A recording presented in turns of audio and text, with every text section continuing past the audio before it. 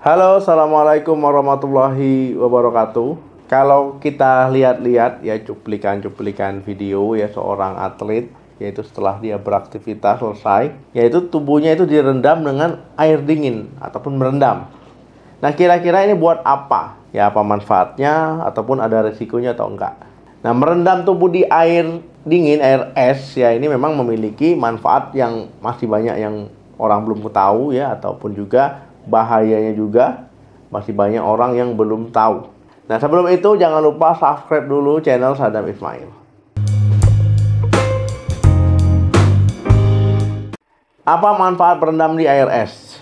Nah, jadi teman-teman ya, berendam di air es ya ini merupakan biasanya terapi mandi dingin ya. Ini untuk kegiatan pemulihan tubuh setelah aktivitas olahraga ya, bagi seorang atlet ataupun setelah latihan fisik ya, latihan fisik yang berat ya, kemudian dia berendam di air es. Nah, jadi selain itu juga ada beberapa manfaat ya berendam di air es. Yang pertama itu mempercepat pemulihan tubuh. Banyak yang tidak tahu ya kalau seandainya memang berendam di air dingin, air es, ini membantu mempercepat proses pemulihan ya otot-otot, ya jaringan tubuh. Kok bisa? Nah, seperti itu pertanyaannya. Ya, suhu air dingin ataupun air es tadi, yaitu memberikan efek namanya efek analgesik secara alami. Ya, jadi bisa mengurangi rasa sakit, ya nyeri otot, ketegangan otot, ya karena berendam di air es. Nah, misalkan teman-teman nyeri otot di sini ya, ataupun di sebelah sini. Nah, kemudian berendam ya itu bisa berkurang nyerinya. Karena manfaat itu ya teman-teman ya, bisa merasa lebih nyaman ya, kemudian juga cepat pulih ya, kemudian juga kalau cepat pulih kan besoknya bisa latihan lagi. Nah, jadi memang karena ketika kita olahraga ya normalnya otot kita akan mengalami peradangan. Yang kedua, mengurangi peradangan dan juga nyeri otot.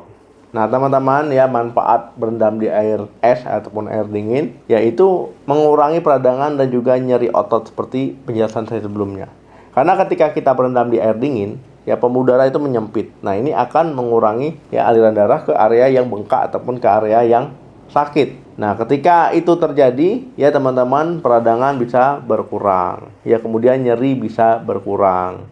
Nah, dengan cara itulah ya kenapa ya teman-teman merasa nyerinya jadi berkurang sehingga bisa melakukan aktivitas keesokan harinya lagi. Yang ketiga, meningkatkan ketahanan tubuh.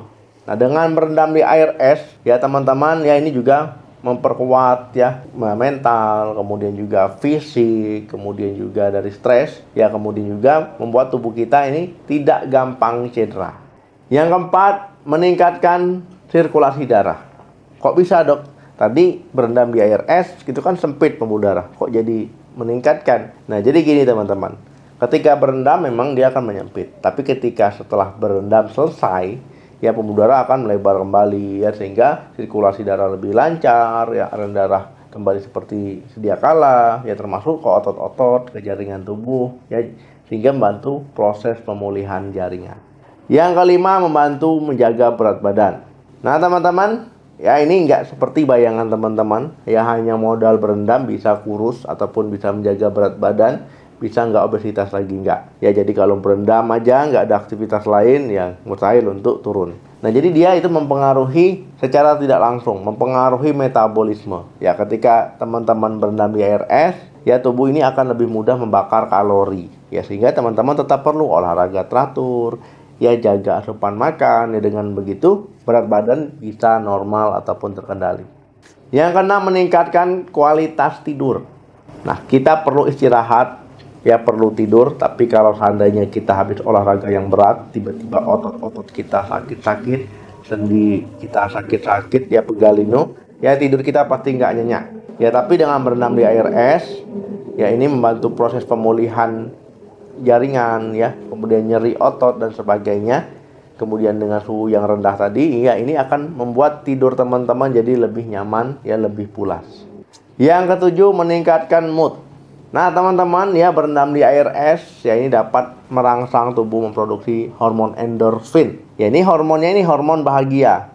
Hormon teman-teman bikin rileks, bikin senang ya, bikin happy ya. Dengan adanya hormon ini ya teman-teman ya pasti moodnya jadi lebih baik. Nah, kemudian karena ada efek analgesik tadi ya, ini akan teman-teman ya membuat tidak nyeri otot, tidak mengalami masalah di otot, sakit otot ya, sehingga teman-teman akan lebih rileks.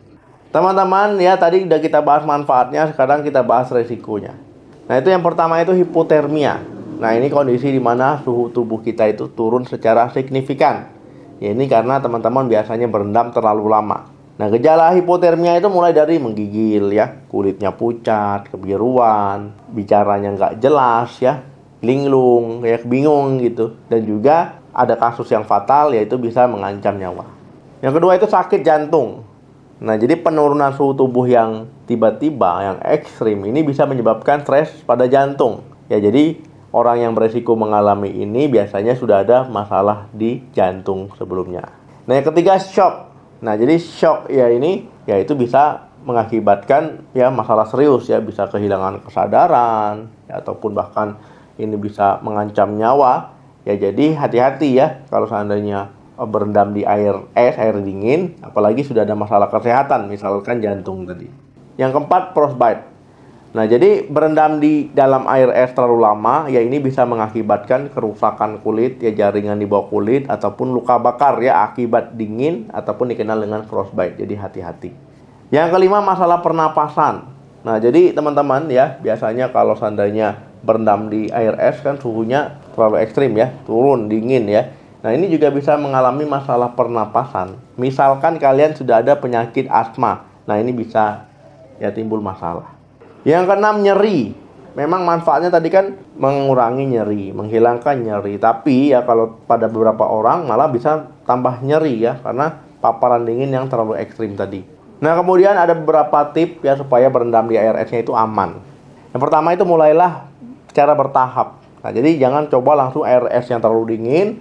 Ya, pilihlah yang dinginnya itu biasa-biasa dulu supaya tubuh bisa adaptasi. Nanti kalau sudah terbiasa, baru boleh ditingkatkan dinginnya. Kemudian durasinya yang kedua. Nah, untuk durasi jangan lama-lama ya, apalagi baru awal-awal. Durasi 5-10 menit. Ya, kalau awal-awal mungkin ya di bawah 5 menit dulu. Setelah terbiasa baru boleh ditingkatkan ya supaya tubuh bisa adaptasi.